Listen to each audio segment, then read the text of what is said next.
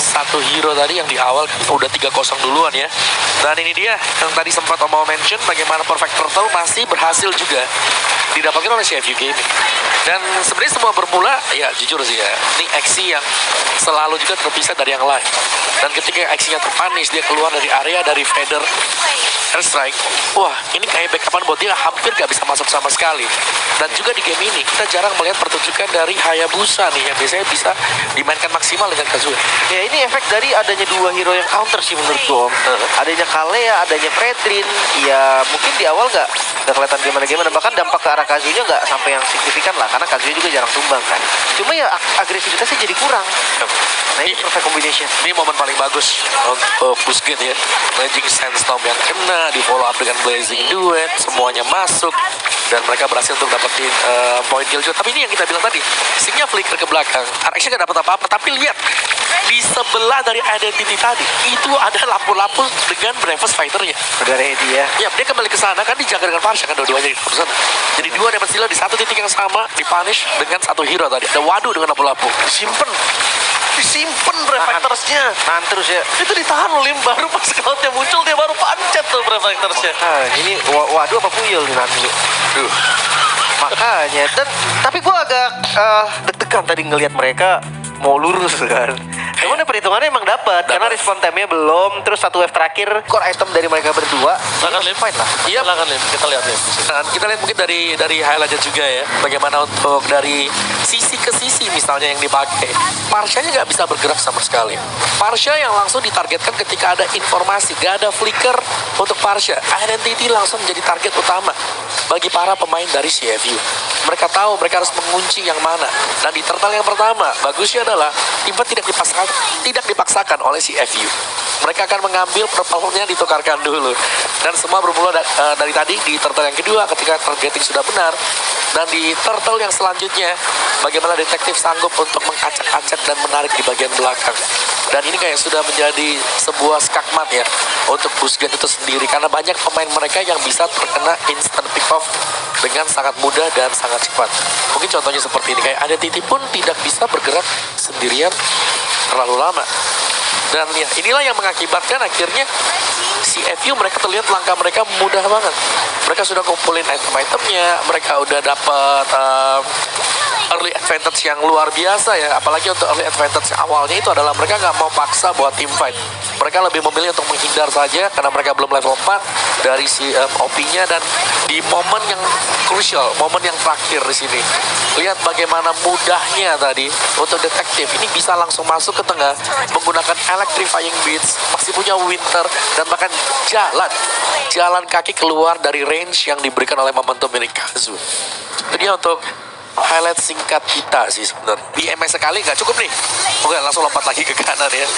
Nah, ya kita lihat dari replaynya dulu untuk di early ternyata Thunder Rush atau Heaven Thread yang dibawakan oleh Gear tadi masih sanggup untuk mengungguli Aurora. Dan Aurora untuk dua turtle pertama mereka kehilangan dengan cuma-cuma karena ternyata TNZ gagal nih untuk memberikan duel di Retribution tadi. Hanya di turtle yang ketiga yang bisa dimenangkan tadi oleh pemain dari Aurora juga. Dan ternyata untuk Fan dengan carry-nya dia ini sangat-sangat menyakitkan. Tapi kita tahu bagaimana Pagu juga dengan Grom yang dipakai. Ini menciptakan begitu banyak peluang untuk Aurora Turki. Dengan tech charge flicker yang berulang kali terlihat juga, yang selalu bisa menumbangkan lawan-lawannya di follow up di belakangnya dia Rosa. Yang juga ya ready banget dengan standby dia Vader Airstrike. Dan belum lagi dia respect. First item glowing, second item barulah langsung buy ke Lightning Ranger. Dan momen kesalahan mungkin ya, kesalahan mistakes yang dibuat oleh tim Evil itu ada di mid game tadi. Ketika Gatot Kaca, ketika Powerful tumbang, salah hitung. Dan juga ketika Aether masuk sendirian secara tiba-tiba. Itu momen yang sangat mahal untuk mereka. Banyak ya tadi kejadian-kejadian. Walaupun di akhir sebenarnya mereka bisa ngedefense sedikit demi sedikit. Gear-nya nggak bergerak sebagai inisiator. Iya. Dan ini momen yang terbaik untuk Aurora sendiri. Rosa, ini bukan base dia, ini base lawan. Dia flank, dia puter sampai dengan sejauh itu. Dan si Gibo membuat sebuah keputusan yang sangat baik. Oke, ini ada satu wave, dia akan ngebarengin BMI, flicker lagi ke kanan untuk bisa menghindari semua damage dari tim Evil. Iya. Momennya tadi pas setelah dia winter, BMI-nya masih ada Om. Makanya dia mundur ke BMI jalan lewat tengah. Iya. Wah, itu keputusan cepat yang membuat game ketiga kita, match ketiga kita untuk hari ini. Nah, secara di awal-awal, sebuah mungkin miskalkulasi bisa dibilang setelah mendapatkan turtle, tapi terlalu dalam juga untuk langsung masuk dari untuk Onyx sehingga ya dibalikan lagi-lagi untuk Team Spirit. Dan kita cuma melihat angkanya di sana. Berulang kali ada usaha pencurian terhadap Sawo nih, tapi Sawo pun ini adalah Chow dengan build defense. Dan lihat bagaimana sulitnya untuk bisa men-trigger Purify yang dibawakan oleh pemain Team Spirit. Setiap kali fight besar, kalian tinggal lihat aja ini Purify-nya apakah bisa ke-trigger atau enggak. Karena kalau Purify-nya nggak bisa ke-trigger, berarti nggak jalan sama sekali sebenarnya. Untuk apa yang ada di belakang. Karena sejujurnya Tsunami Sling tadi lebih banyak kenanya itu ke Sawo, bukan ke yang lain. Dan karena Sawo yang ditarget, berarti yang belakang-belakangnya bebas. Kid Bomba bisa zoning, Sunset Clover dan juga Hiko ini bakal main range jarak jauh dengan Death Sonata dan juga dengan Vandal Airstrike. Ini menurutku adalah salah satu momen yang sudah kelihatan bagaimana Onyx sudah bisa di pressure ya dengan Team Spirit. Karena lihat bagaimana Kid Bomba bisa pegangin 3-4 pemain dari Onyx itu sendiri. Dan permainan dari Sawo yang luar biasa juga dengan Chow-nya yang kita bilang, oh ini kemungkinan nggak bisa untuk menculik Keyboy yang tadi berusaha untuk mundur, ternyata bisa. Dia menggunakan flicker dan juga Way of the Dragon, dan ternyata untuk backupan damage untuk Sawo sendiri itu cukup di bagian belakang. So end the game, dan game yang tidak terlalu sulit untuk Team Spirit tadi. Ya. Karena nggak ada Purify yang trigger lagi, balik lagi di Purify-nya yang trigger, kalian lihat nggak tadi? Mereka, gua ngerasa lupa tugas masing-masing om. Ya Oheb, maksudnya gini, dia carry yang bisa ngangkat, gak apa-apa. Jadi dia mau numbalin temen kayak, dia mau apa kayak, intinya dia ngangkat gamenya dimenangin. Yang bahaya kan kalau udah numbalin teman, udah gak bantu, gak bisa menangin game juga. Nah itu tuh yang berat. Iya, tapi kayak di sini kalian bisa lihat sini, ketika mereka kayak rapi banget gitu loh untuk tim Liquid. Yang tumbang cuma satu. Padahal kita tahu fightnya kan panjang banget juga. Tapi ya memang ada juga momen overcommit ya, yang sempat dibuat dengan tim Liquid tadi. Ketika mereka menang, mereka bisa dapetin banyak. Ternyata ada Savage yang tercipta berkat Innocent yang lari di sini. Ini udah enak banget Innocent, karena overcommit semua. Oh ini pemain terakhir, coba kita tangkap. Oh ternyata mereka jejer-jejer di sana. Dan semuanya harus terkena Heaven Spread.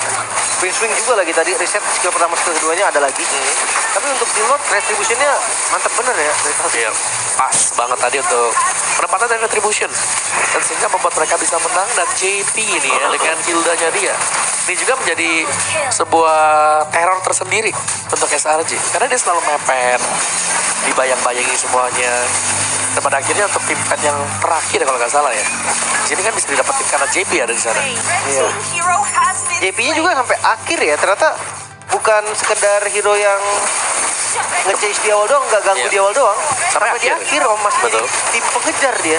Dia kejar aja, pokoknya yang ngeliat siapa nih yang kelihatan lemah dan memang harus bisa dikurangi HP-nya, half misalnya, itu yang bakal ditempel nanti dengan JP. Ya, nomor damage ya, masuknya pelan-pelan, bukan dia yang buka. Tadi memang terlihat Sanford yang sering buka duluan, atau bahkan mereka lebih ke counter setup. Lebih ke counter setup sih kalau kataku. Enak banget tadi untuk masuknya, kita lihatnya enak, mereka aja pasti sulit banget tuh. Iya. Wah jadi Sanford juga menekan yang lain. Waktu ada team fight yang akan kita lihat di highlight, lihat di awal-awal selalu ada kehadiran dari Sekish juga. Dan ini berarti kayak ya Sekishnya berhasil secure turtle yang pertama dan dipegang semua yang lain. Dan ini adalah awal kehancuran dari tim Liquid ya. Oh, Oheb benar-benar menjadi bulan-bulanan, semua source skill dipersiapkan untuk Oheb juga. Sering banget jadi geng ya, Sangat-sangat sering sekali. dari awal bahkan. Ya, ini bahkan kondisi Oheb sudah 0-3 ya. Ini udah 0-3 dulu untuk Ohebnya. Dan Fury of the Phoenix dari Stormy. Ini yang ngebuat tim fightnya gak nyaman juga nih untuk tim Liquid. Karena dari Fury of the Phoenix tersebut, ada sisi yang besar. Dan ketika semuanya berhenti, masuklah Kerat masuk, Innocent masuk. Dan lihat di sini bagaimana Innocent dengan Sora ya, yang sangat mengganggu dan mengangkat tim internet Sora. Benar-benar, karena dia spam skill itu kayak dia tahu om kadang buat nge-damage kapan, buat sisi kapan. Dan entah kenapa ya Liquid tadi kayak di game ini terlalu semangat sih gue rasa. Banyak banget momen-momen yang harusnya itu nggak dilakukan, mereka coba untuk overextend dan sebagainya. Trashless-nya Sekisi, refleksnya dewa ya. Ini bisa kabur tadi dari stunnya. Sanford pakai flicker. Sayang juga tadi JP tumbang ya, jadi harus ditunggu. Dan ketika mereka tidak menunggu tadi, ya mereka langsung diteruskan juga nih fight-nya oleh pemain-pemain dari SRG. Wah, itu dia untuk hasil di game yang kedua ya. Skor masih berimbang, masih 1-1. Masih Iya, sama-sama memberikan perlawanan lah bisa kita bilang. Tapi pastinya perlawanan itu Iya, Stormy ini. Makanya pas Stormy tumbang, itu udah langsung dead end. Gak bisa nge-push lagi. ya, tapi thanks to Kram juga. Saya ngeliat Uranus yang gak kesentuh dari awal nih kan. Kram gak kesentuh. Innocent apa kabar? Tisu lagi habis. Sangat-sangat sulit untuk bisa menghentikan dua hero fighter yang bermain di sisi kiri dan juga di sisi kanan. Nah ini, lihat Stormnya di belakang dikejar terus-terusan sampai harus di backupin, tapi Kaktisi nggak peduli. Yang penting Stormnya tumbang, baru nanti teman-teman yang lain di sini pasti bisa nge-solve problemnya, ya clear semuanya. Percaya ya. Yap. Mereka percaya banget tuh sama temennya Om. Oke, dia ngincer bener-bener fokus aja. Belakangnya ada wah Seki sih tadi kena korban peluru sasar ya. Peluru nyasar tuh. Percaya tadi ya. Iya. Nah, ini juga nih akhirnya apa yang terbuka adalah kalau kalian lihat yang di belakang dikejar, Ohebnya dikejar, tapi di sini Oheb masih bagus banget. Oheb tidak tumbang ini masih kejaga buat Ohebnya. Nah, itu tadi wah diskusinya dia tarik dikit kan Om. Ya, Ada tapi harusnya. di momen yang ini sih, yang di sini ya, yang crucial banget. Saat dia tumbang, Ohebnya dikejar nih karena kebuka banget dia. Ya, dia maksa follow Om lebih tepatnya. Iya, dia masuk ke tengah-tengah kan, dan itu udah banyak Sekis, Kram, Yums, gak bisa kabur. Ya, di akhir-akhir hayatnya masih mau nembak Sekis loh. Masih mau Astaga. damage dia ke Hayabusa Om. Yep. Tapi ya, ini ya, selincah itu juga Sekis dengan assassin play-nya dia. Ya. Dan susah sih sebenarnya Lancelot. Tadi udah paling bener ya bikin full damage. Yep. Soalnya kalau dia tadi bikin Queen Swing, Brute Force sama aja dia nggak bakal kuat nahan damage-nya. Apa jadi Haslo tadi? Iya, Haslo udah. Tapi kalau di late game gue setuju Om. Haslo ini item late game. Butuh paling nggak harus ada Haslo-nya. Minimal gak kalah dua lawan Katapult ya. Iya. Kan harga diri ya. Bener. Lawan Katapult kok gak mati gitu kan. Kita kalau kalian main 20 menit ke atas, lawan Katapult kalau kita pakai jungle itu serem. Kalau salah ini ya. Bener.